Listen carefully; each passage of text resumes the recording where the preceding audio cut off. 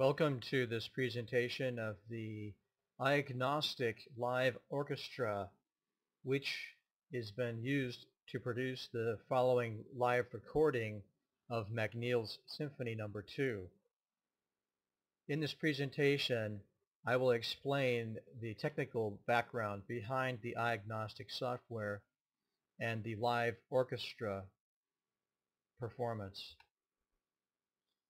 IOgnostic Live Orchestra is a tool for composers which allows the composer to use imagination rather than technical tools such as computer programming and audio editing during the score creation process. In summary, this allows the composer to become much more productive and to use the parts of the brain, as it were, which are important for composing and creation of music without distractions from the technical means for production of the music. IOgnostic software comes from Kaiza Studios. Now, first of all, what is IOgnostic? It is audio processing software, and the name I/O, input-output, IOgnostic means that it understands most forms of audio processing software and as well as MIDI, musical instrument digital interface protocol. For example, IOgnostic can handle the audio plugins such as the VSTI format which belongs to Steinberg, which is one of the most common used in the industry. IOgnostic software operates standalone, of course, and is a very useful utility for standalone processing on a single computer, but IOgnostic also may operate as a client-server mode. IOgnostic in this form controls an entire network of audio processing computers, and that network is as large as your resources allow you to extend. Now, why would you need a network of audio processing computers? Well, the main reason is that today's sample libraries, that is the sounds recorded of an actual physical human orchestra, are huge. These sample libraries are some 50 gigabytes of raw material, that is just the raw sounds. And these libraries therefore are much larger than the capacity of a single host computer. Now, if one wants to make use of these libraries, one must either have a large number of computers working in tandem, or one has to do a sort of serial audio editing process where one sample after another is used in a serial manner. It's very time consuming. Alright, so what is live orchestra? What's the concept here? Well, the goal of the live orchestra is to provide the composer with a real-time orchestra sound. And this is something which must have final production quality. It's analogous to a composer sitting in the orchestra hall, perhaps even conducting the orchestra in his own composition.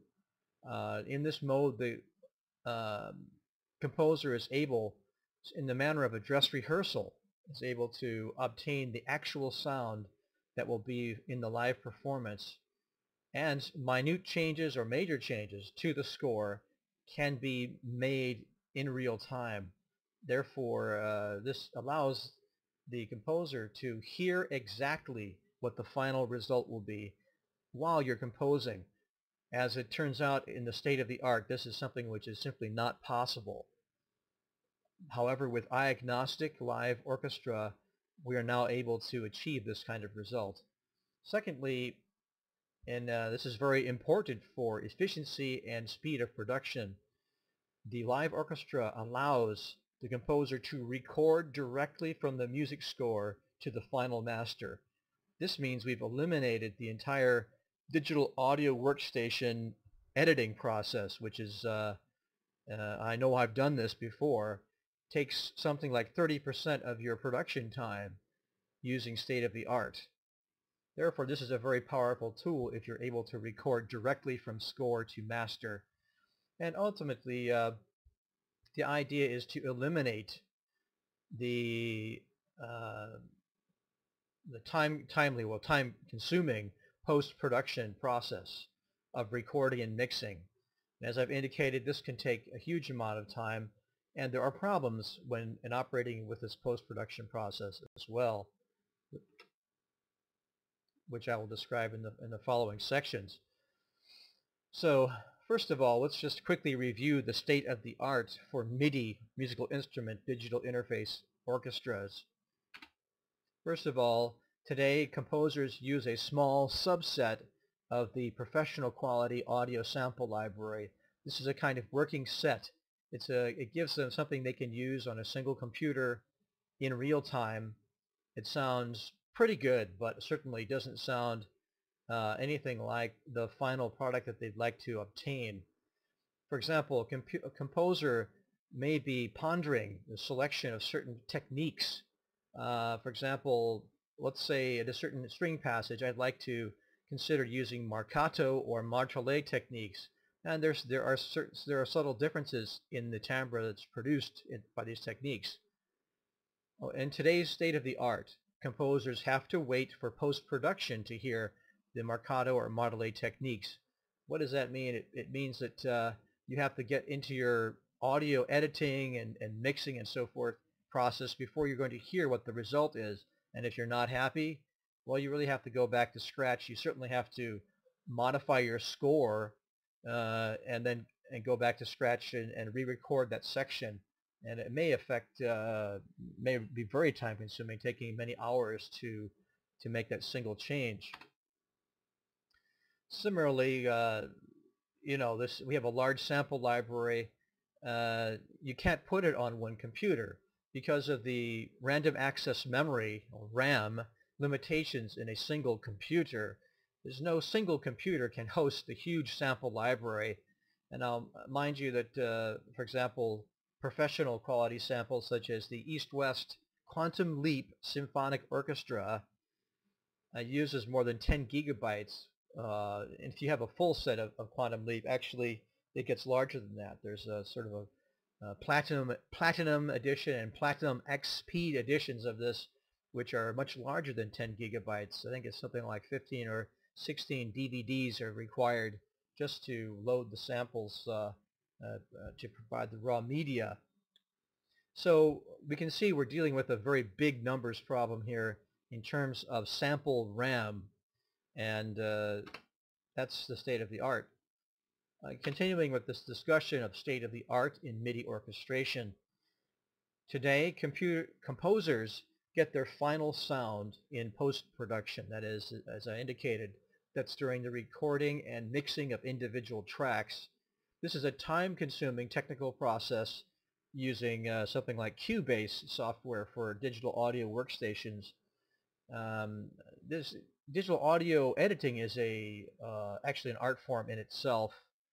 However, a great deal of effort has been put into the sample libraries to create just the proper balance and realism in the placement of microphone positions.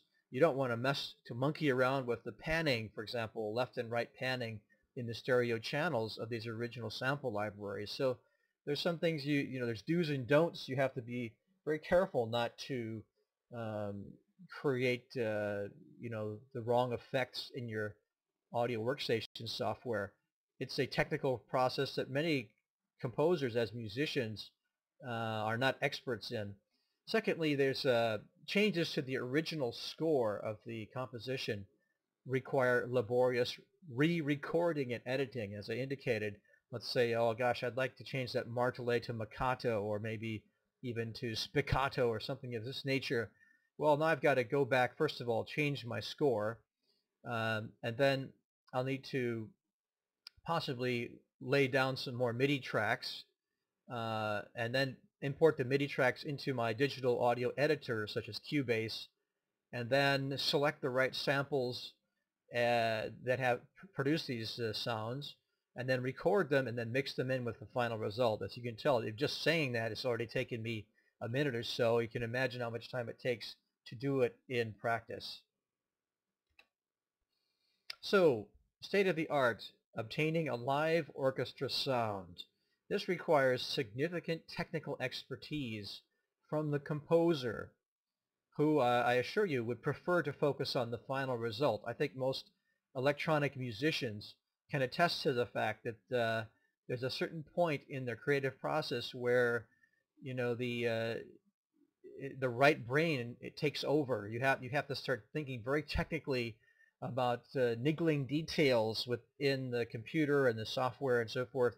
And this, by the time you finish solving those particular niggling details, your creative, you know, force of the muse may have gone, at least for the day, right? So this right brain effect, which tends to detract from the composing process, is a sort of you have to make efforts in audio editing which divert focus from the musical score, the proper actual act of composition, the act of creation. So, and there's even technical acts which are not very much like editing, such as scoring, of course, is an art form. Voicing, that is providing the right types of voice and their timbres. The selection of dynamics, these are all very important aspects of orchestration, and you should spend more time on these and less time on the niggling details of how I record. So in summary, the state of the art, we see that there's a laborious, labor-intensive post-production process which forces the composer to devote up to a third of his or her time to audio editing and mixing. I know this from experience. I have done 2 symphonies on using these quantum leap samples. In the first symphony, I used this state-of-the-art method. The second symphony, I used the IOgnostic software method. And I can attest that I've saved myself a great deal of time, probably 30% of the time, by cutting out the niggling details of audio editing and mixing.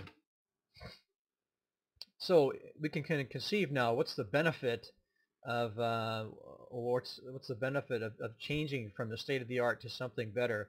Well, today in the state of the art, we see there's a fixed schedule. Let's say I have to produce something by a given deadline, which is true for most composers. You know, even starting from Mozart, he never composed just on the spur of the moment. It always was a sort of commissioned piece with a fixed deadline.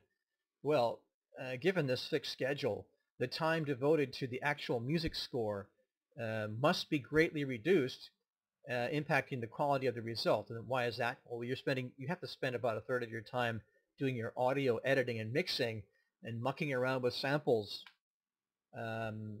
So this is where we are with the state of the art. Making changes to the score, moreover, is very time consuming because major audio editing tasks must be repeated.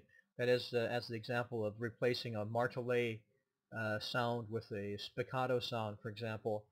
You'd have to change your score, lay down new MIDI tracks, import them into Cubase, for example, or Cakewalk, and then perform a recording and then mix that recording in and splice it in with the final result. Very time consuming, but that is where we are with the state of the art. And I know that from reading the websites and some of the comments from other digital audio musicians that they're spending a lot of time fading between different channels of audio with their favorite samples to achieve their right results. Well, this is certainly a way of getting a result. However, it's not reproducible. It's not something that's going to show up into your score. I mean, how are you going to if you have a real orchestra playing your score, how are you going to tell them that, oh, by the way, here you should be fading between a center mic position and a left mic position or something of that nature? It just doesn't happen, right? Well, that's where we are with the state of the art, and wouldn't it be nice if we could do something that would speed up this process? So this is where I came to, with the thought experiment, what could we do? What if the composer could hear the final result immediately? that would be very beneficial. And certainly we're getting much closer in the state of the art than we were, say, 10 years ago. But we're still a long way from hearing the actual final result. Secondly, what if the composer could greatly increase the amount of time available for actual composition? Well, I don't think anybody will argue with that, that would be a great benefit for the composition. Conversely, what if the composer could produce a finished product much faster by eliminating the audio workstation editing? So once again, this is particularly if you're someone who wants to make quick changes, you're going to find it much faster to go the route with the IOgnostic Live Orchestra. Let's take a quick look at the orchestra samples themselves, because this gets into another aspect of MIDI orchestras which needs improvement in my opinion. Anyone who has used the sample libraries commonly available today knows of these limitations. Mostly, to me, the biggest limitation is using the same sample over and over again. It becomes monotonous. It's certainly mechanical, lifeless. It doesn't sound real, like a real performance. And why is that? Well, for example, we have a sostenuto program, right? A sostenuto sample for a violin 1 ensemble. Let's say there's 18 first violins have been recorded playing sostenuto. Well, if you look in the actual sample itself, library itself, you'll see that actually underneath this there's probably some 40 different wave recorded files. They're only 16-bit 44.1 kilohertz recordings, but they've been set up in such a way as to produce a rather nice sounding sample instrument, which represents a first violin ensemble. But every time you play a note, it's going to sound pretty much the same. This begins to sound mechanical after a few minutes. And it happens this way because you're actually triggering the same sound over and over again, maybe with some variation in volume, but there's no variation in attack or any of these other aspects such as decay, sustain, release, and so forth. There's very little variation of those characteristics. Well, we call this kind of monotony, we call this this phenomenon of hearing the same sound over and over again, we call it sample monotony, to give it a short name. But I think everybody who has ever heard electronic orchestra, after maybe a 10 or 15 second passage, you already know that it's not a live orchestra, because you're hearing this, you're hearing a machine playing the same sound over and over again, essentially. Well, what's the cure for sample monotony? Well, first of all, we can analyze. We know that a real performer cannot produce exactly the same sound twice. And this is particularly when you hear a repeated passage, such as a staccato triplets. No matter how experienced a performer, there will be slight variations. And of course, the amount of variation, degree of variation, is a function of the experience of that performer. Someone who's very experienced will be able to minimize the variation, although it's still there. Someone who is not experienced, of course, will have a great deal of variation, may not even produce the staccato note reliably every time. Now, the state-of-the-art cures for sample monotony, this is a known problem in the industry, and some of the approaches that have currently been tried are, first of all, that round robin, that is, that most sample libraries provide some form of round robin sampling, so that for short notes, so that actually underneath when you're playing staccato, for example, there may actually be 3 or even up to 6 different recorded waves files that are being used in a round robin fashion. It plays the first one, the second one, the third, the fourth, the sixth in sequence, and goes back to the first, so that when you're doing repeated notes, there is a slight variation because you're actually varying the recorded sound, which is great. I mean, and this is the key to how you produce a convincing live sound, is by actually varying the actual produced sound in some way, some fundamental way, which means actually a different envelope in technical terms, a different attack, essentially. Well, most sample libraries also will provide some form of dynamic crossfade, and it's kind of I would call it a cheat, a technical cheat, if you will, where you're actually taking two different samples, but you're kind of blending them together. You're mixing them together in such a way that uh, across a dynamic range from very, very soft to very, very loud, that there will also be variation of timbre across that range. Now, these dynamic crossfades, I must admit, are not my favorite thing. There's many problems associated associated with them in terms of audio artifacts. But this is a very common technique, which has been introduced into libraries such as this East-West Quantum Leap Symphonic Orchestra, based upon the sampling technology that we have today. Now, some scoring programs also, such as Sibelius, is my preference for a scoring program. It can introduce smart performance features. It does certain things it can do to manipulate the triggering of notes using the musical instrument digital interface. It will introduce variations in note velocity and attack. It will introduce variations in note duration, how long it sounds, very, very small, on the order of milliseconds, right? It also will change tempo to produce rubato-like effects or expressive effects, slight delays or slight anticipation of the notes with respect to a the strict mechanical timing. Well, those are all some of the methods used today to help cure sample monotony. But my evaluation is that these measures fall short, and so this motivated me to look for different methods of solution. And the solution I came up with is called the Psi-former. It's it's a performer with certain psychological properties, if you will, which are, strictly speaking, are based upon mathematical random variables. Now, Psi-former is IOgnostic's solution to the problem of sample monotony.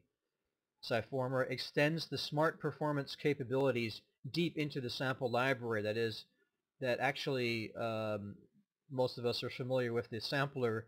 It has controls which allow you to modify the envelope, that is, of a sound.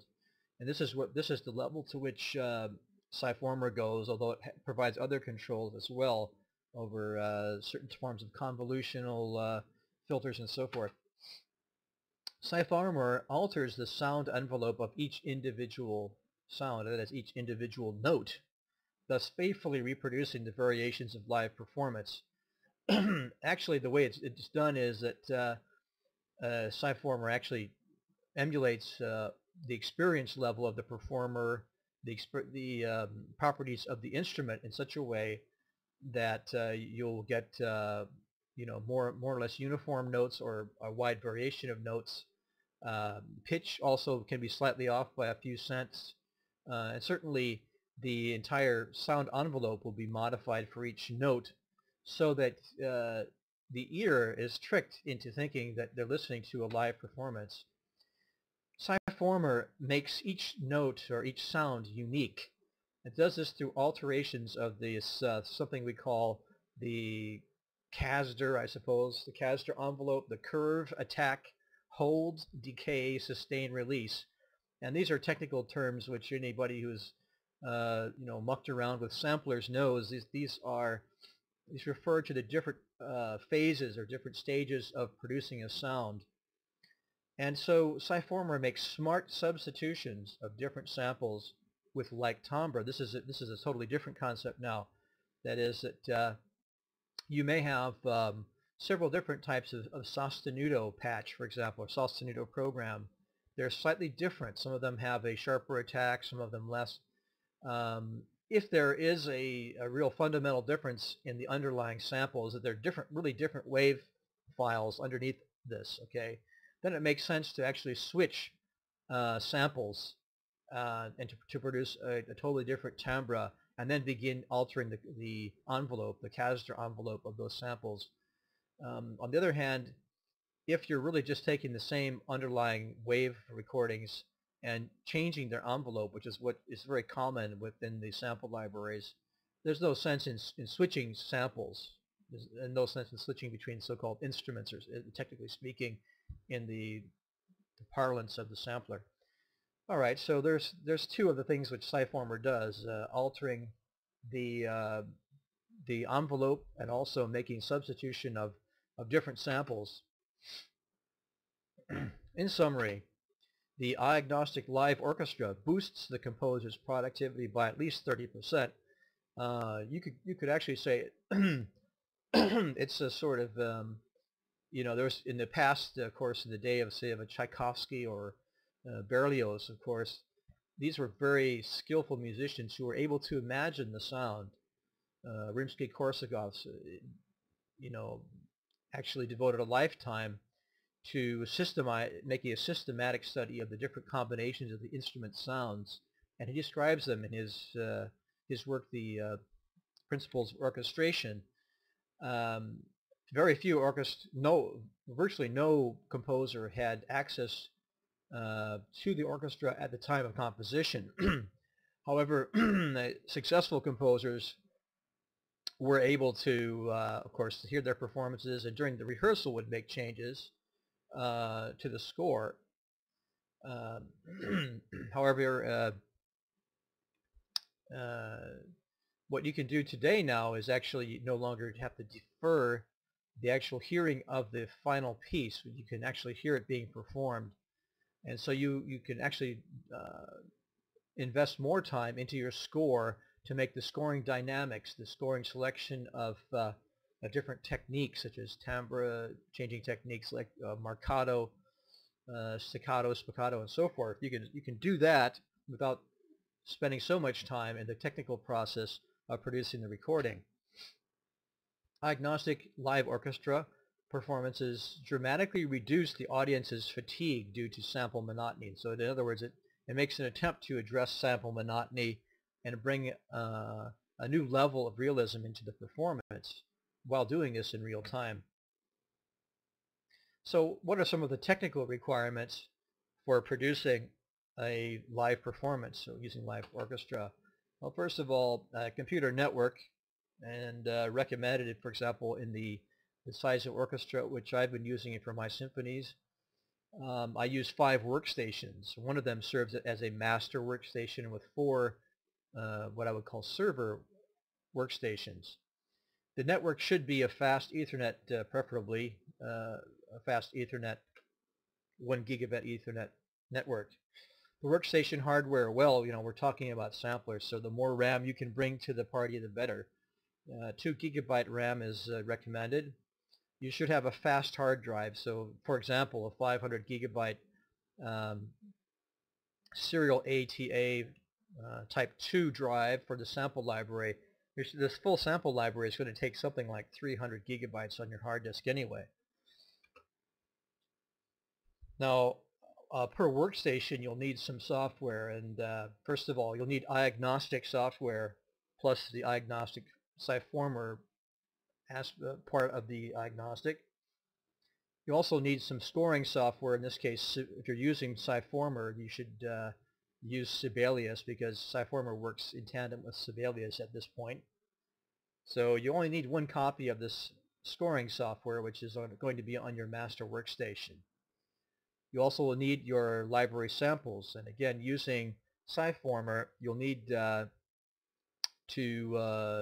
be using the EWQLSO, that is East-West Quantum Leap sample library, which is really arguably the top, the state-of-the-art library that in existence today, the most complete and extensive. Finally, there's of course, you'll need the Contact audio sampler, which is the industry standard audio sampler used today. For example, in this network diagram, we see that you need a master workstation, and then there's here you can see there's 4 server workstations linked together on a gigabit Ethernet network. Software, we can see the master has IOgnostic software. It has Sibelius, Contact, EWQLSO samples. The server does not have the Sibelius component, but it does need to have the others.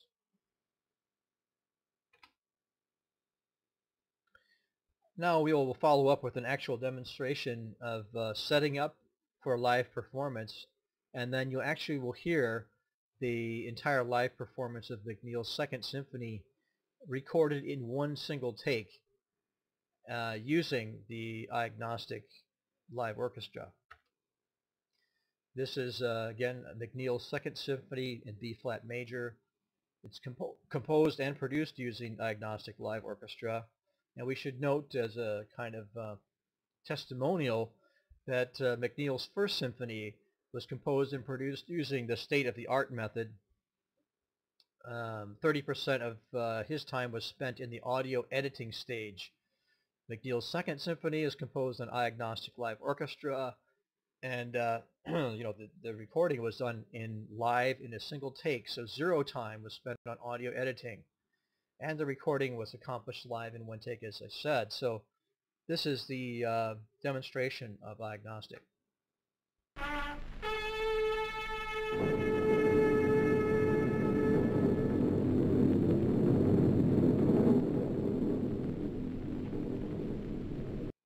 All right, now we're going to demonstrate the IOgnostic live orchestra, taking you through the setup of the orchestra from the ground up. What we're looking at on this screen is the master node, that is the master computer, and I've already launched the scoring program, which in this case is Sibelius, version 5 of Sibelius. I've already loaded in a score, which is actually the first movement of McNeil's Second Symphony. And you can see that it's scored for a fairly complete orchestra, not actually shown in this view. There's actually, in addition, a number of percussion instruments, which are, I've hidden those in the score just to make it easier to see what's going on the screen. You can see in this score that it makes full use of dynamics and different types of notation for expressions and techniques. Alright, now another feature of the setup in Sibelius is, of course, that it has a playback device setup. Sibelius knows about 5 separate MIDI devices, and these MIDI devices are associated with something called a sound set. The sound set is a definition essentially of what sounds go on which channels and which programs of a MIDI device. And these sound sets really define what the sound palette is that Sibelius can use for playing back an orchestral piece. So we can see that in addition, part of this setup here, which I'll note, is for Sibelius users, there's a performance feature within Sibelius which allows Sibelius, through the use of different types of velocity, note duration, and tempo changes, to add certain amount of expression and variety to a performance. And I've really turned those off. I've made everything mechanico, which means just do it straight and don't, no frills. I like to be able to control things like expression, rubato, and rhythm through the score itself, and I don't want to rely on the crutches of this program, because what will happen farther down the pike is I'd like my score ultimately to be performable by a real orchestra with real people and using conventional musical notation. And the real orchestra doesn't have this ability really that Sibelius has. Secondly, I've turned off reverb. I've noticed that I've turned off the reverb here. This is important because we're using very expensive samples of the orchestra. People have devoted hundreds, thousands of man-hours to recording them in live orchestral conditions. To add reverb is really, it's sort of like adding mustard to a filet mignon. What should I say? Adding mustard to some very fancy French cuisine, or adding ketchup. It's like, why would you want to do that, right? It's something you don't want to do, therefore I've turned it off. All right, that is the score, and that's the starting point for everything. The next element we need to look at is IOgnostic itself. Here's the IOgnostic user interface. The program is called IOgnostic because it knows all about I/O, and particularly in the area of audio plugins. And we're dealing with version 2.2.18 in this case. The audio setup for the playback is CD quality audio, 44.1 kilohertz, 16-bit samples. And at this moment I know that some purists are saying, wait a minute, you should be using 96 kilohertz, 24 bits. And I used to subscribe to that concept as well. But then I noticed in analyzing the actual instruments that are the contact samples that are provided by East-West Quantum Leap Symphony Orchestra, that its underlying dot wave audio recordings are all done CD quality. There's not a single 96 kilohertz 24-bit recording in there. They're all 16-bit 44.1. So oversampling is, if we were adding some audio processing effects such as echoes and convolution or something of this nature, it might make sense to be oversampling, but here we're trying to play back the samples as faithfully as we can to the original sound, and there's no sense in oversampling. Therefore, I'm going to go with this CD audio speed. Another thing to note, of course, is that IOgnostic sees the same MIDI ports that, remember those 5 MIDI ports that Sibelius has in the playback configuration. So in this case it sees them as MIDI inputs, whereas Sibelius is using them as outputs, right? Sibelius is going to be pushing MIDI messages, throwing them into the bin, and then IOgnostic is downstream, is going to be catching those MIDI messages and doing something useful with them. So speaking of doing something useful, let's get ourselves some audio processing nodes. Here we have an audio processor which is essentially represents the stereo pair input to the audio system itself. So in other words, you're going to be playing back or recording you're going to be playing back using this audio output. Left channel and right channel represented by these little green tabs.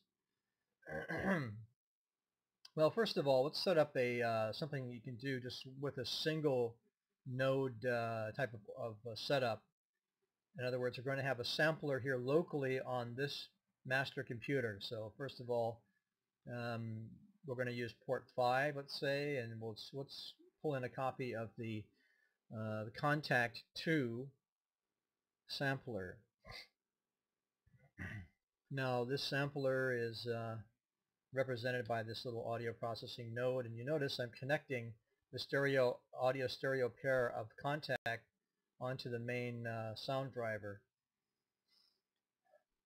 Now in this case I'm going to do something a little bit special here. I'm going to be adding a live performance capability that is the SciFormer capability. So you see this audio node called SciMap.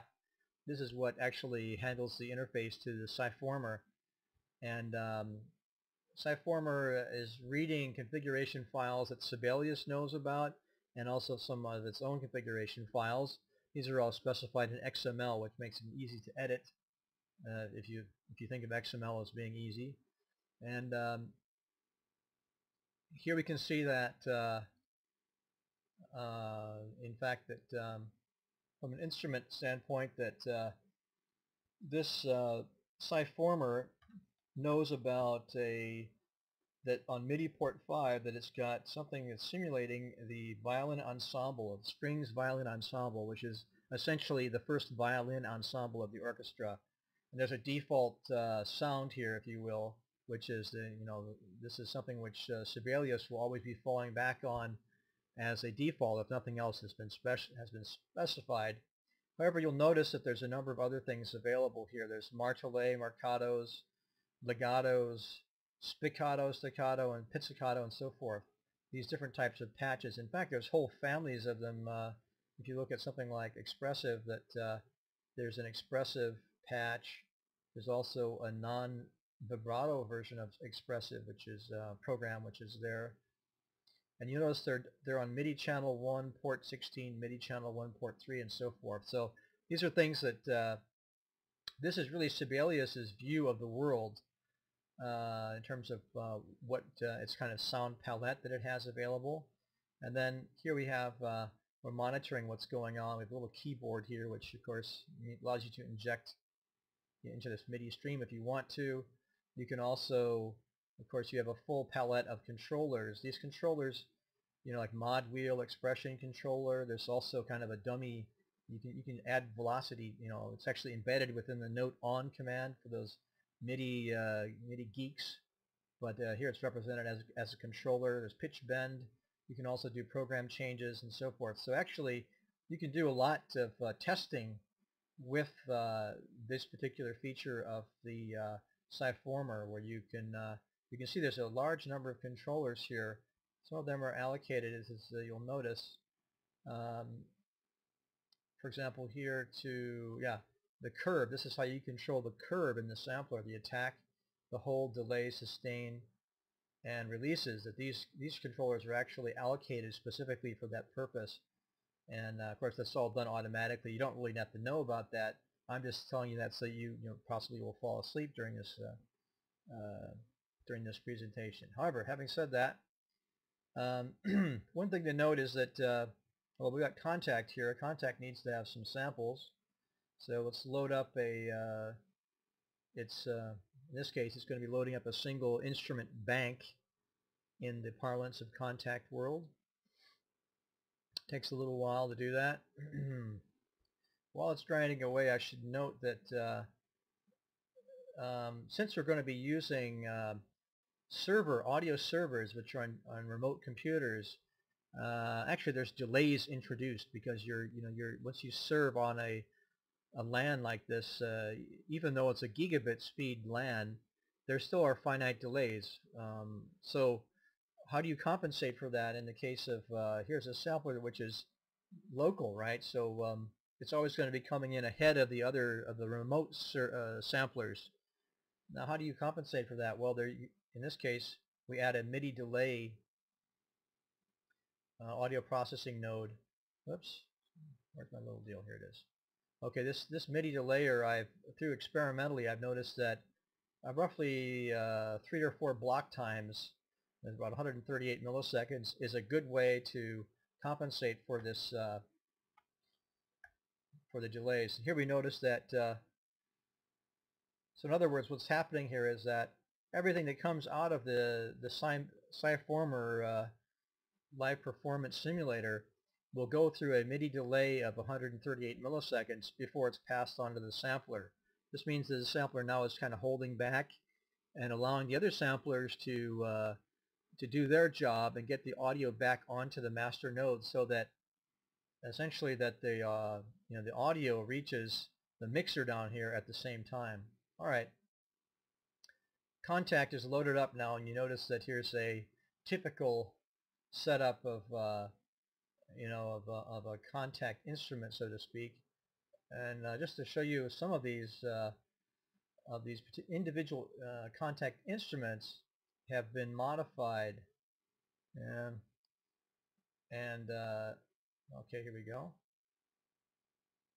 This I'm not going to get into all the groups and so forth, but there are individual controls over this modulation of the amplifier here, which again, Sciformer makes use of those.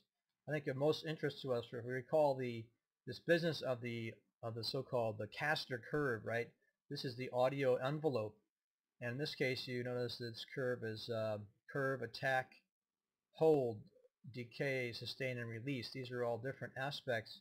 You notice that you can change the curve, it becomes steeper, or a positive number makes it more of a slope. And for a legato sound, this is a much better way to go about it. If you're doing something which has some bite to it, you want to really ramp up there in a hurry and have a sharp edge on it. The attack, of course, is how long it takes to get from this time 0 to the point where you've fully ramped up the curve. So that's what you're adjusting here with the attack time. The hold time is how long it holds this peak value, and you really can't see that changing here, but that's how long it holds there before going into the next thing, which is the decay period, which is really how long this next the decay period lasts, is this section. Then we have the sustain. If you move your sustain, here, this shows it better. You can see there's the hold. You can see extending the hold period at the peak. And then you can see the decay period changing here as you make it longer or shorter. So this is what you have there for is quick ramp up to your maximum volume. Then it kind of it peels back into the sustain curve, which is going to be a little bit lower volume. What you're looking here is like this is volume coming up, volume very high, volume coming down a bit, and then tailing off at the end. Because this curve is used for what? It's used to modulate volume. That's what it's doing. It's changing your volume, right? All right, so we have our decay. In this case, it can be long or short decay. And we have the sustain, how much you bring it down. Usually, you don't want to bring it down too much, but it can. And then here's the release tail. The release tail can go up to 25 seconds, it looks like. It can be very short. Well, okay, so those are the controls that if I was like a little, evil genius, I can jump inside of here and twiddle these controls in real time along with the performance. That's one way of solving the problem. But luckily, we have computers that can do that kind of stuff for us. And so let's take a look at Sciformer in action, just to give you an indication of how Sciformer changes the audio envelope in real time. So let's go into the, here we are in Sibelius, and there's only one instrument set up right now. That's this business here. Yeah, I guess this passage might work okay. So let's just select this one passage and start playing audio from the first violins. And then we'll go back and take a look at what's going on in Contact. And you'll notice that you see these little jittery things happening on these controllers. One thing to note is you're not going to see this envelope changing dramatically. Contact doesn't really change that for you in real time. You have to sort of tap these buttons. So I'm not going to do that, but you could see that. Okay, now we're out of that passage and we don't have any violin playing going on. But you can see these controllers changing. Let me do it again. Let's see. It's good to get back into some kind of audio here for the... Okay, here we go. There's some more first violin passages. Once again, you can see that Sciformer's in there twiddling his little evil genius buttons here, right? He's making these go up and down. And so what this does is by making these subtle changes, you notice that it may be only a few milliseconds here and there. What it does is it creates the illusion of a live player because, as we indicated earlier, the footprint of or fingerprint of a live player is that they maybe have a unique way of playing, but it's never exactly the same between two notes. Very difficult to produce exactly the same attack and hold and so forth between two notes. Even more so, for example, if you have a stringed instrument where you're playing up bows and down bows and so forth, right? So that's something to bear in mind. Well, now you can see that's essentially that's one of the main features of the Sciformer. I think I'm going to leave it at that for the moment because we are going to focus on the overall live performance of the orchestra in this presentation. Let me just go back here to the beginning of this. Alright, so there we have this sampler is set up locally. That's okay, a great one. People can do that, without using IOgnostic, right? So what's the big deal? Well, in this case, the big deal is that we've been able to introduce a live performance simulator here in terms of SciMap, which also has been MIDI delayed such that it will play synchronously with audio coming from remote nodes. There are server nodes. Now, what about those server nodes? Let's do something with those, shall we? All right, picking up where I was in this example now, we're going to be working with a remote computer, a remote server. I have a remote server set up here with a copy of the IOgnostic software running on it. The server is called Sanglier. Let's leave that there. Let's send a MIDI stream from the master server to the server. Here we go. We're going to use port 4. We're going to push audio to the server. What server are we talking about? We're going to talk about the server called Sanglier. There it is. So now we see this audio processing node, which is taking this red line here. This is representing the MIDI coming from the MIDI device on port 4 into this audio processing node. You notice that it has provision here for pushing audio as well. In this case, there's no audio to push. We're sending MIDI over to a sampler so that the sampler produces the audio. Okay, so we're going to push this over the Kaiza Studios network to this computer named Sanglier. Let's see what's happened over there. Well, automatically we see that we have a couple audio processing nodes appearing on the server. First of all, we have a node which is pulling from Kaiza Studios Grunt, which is actually the master computer that we're dealing with. So it's going to pull what? It's going to get inputs from there. In this case, it's going to pull MIDI, represented by this red line. And you notice that its audio is just dangling there. It's not going to be looking for any audio. And in addition, automatically it's set up a copy of Contact Sampler with the MIDI stream going into the Contact Sampler. So where are we now? Well, we can actually send MIDI over the network into the sampler, but that's only half of the trick, because we need to get the audio back onto our master computer. And we do that using a pull audio processor. This node here is going to pull MIDI and audio. In this case, I'm just going to be pulling the audio, stereo pair in fact, onto our master mix. And I'm going to pull from the same server. Now if we look at the server computer, yes, automatically now we can see that the contact there, sampler has a stereo output which is going to push audio onto Grunt, which is the master computer. And then that's be pulled by, correspondingly, that's going to be pulled by the master computer and go into the master mix. At this point we can load the sampler on the server node.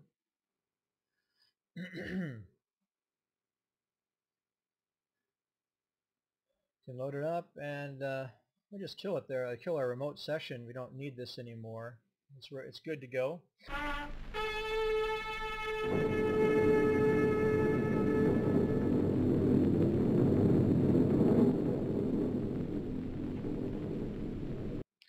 Alright, now in order to save time, what I've done is I've gone ahead and completed the configuration of the server nodes for the live orchestra. It's a kind of a time-consuming process in a way, and anyway, well, you can see now that what we're looking at here is 4 server nodes here, servers running audio samplers, and then there's also 1 local audio sampler with a MIDI delay of 184 milliseconds. Making this sampler stay in sync with the audio coming from the other samplers over the network. Alright, so that's that's really it now. At this point it should be fire and forget as far as IOgnostic is concerned, and the composer now focuses purely on the act of creating and perfecting a score to the in a way that sounds good, right? So let's take a look at what's going on with the score. Let me just start up the orchestra. This is what you're going to hear as you are composing.